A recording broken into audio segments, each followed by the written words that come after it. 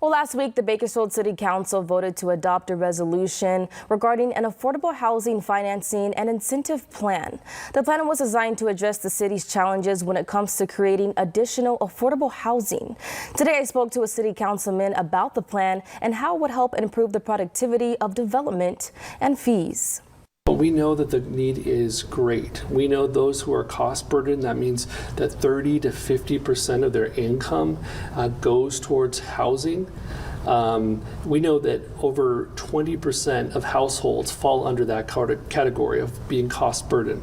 We know that extreme cost burden, that means over 50% of your income. There are about 16% of all households that fall in that. Vice Mayor and City Councilman representing Ward 2, Andrae Gonzales, says to measure the effectiveness of this plan, officials need to keep track of the number of units created. However, he says building affordable housing from the ground up isn't the only route the city plans to take. The other thing that I'm really excited about is how do we convert existing buildings that are not necessarily made for affordable housing? How do we convert those buildings into affordable units so that people can live in? The city is also working to recruit more developers and create incentives for them.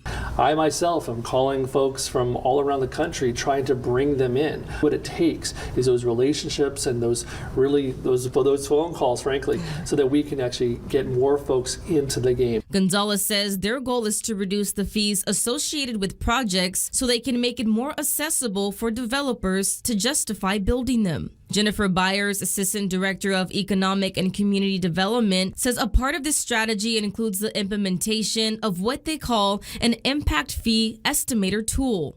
A lot of times developers struggle to know what the upfront costs are, and they have to calculate that in their pro formas. And so this is really a tool just to assist in how much the fees are. The goal here is just to make it as easy as possible to develop in the city of Bakersfield, know what your fees are and what your process is.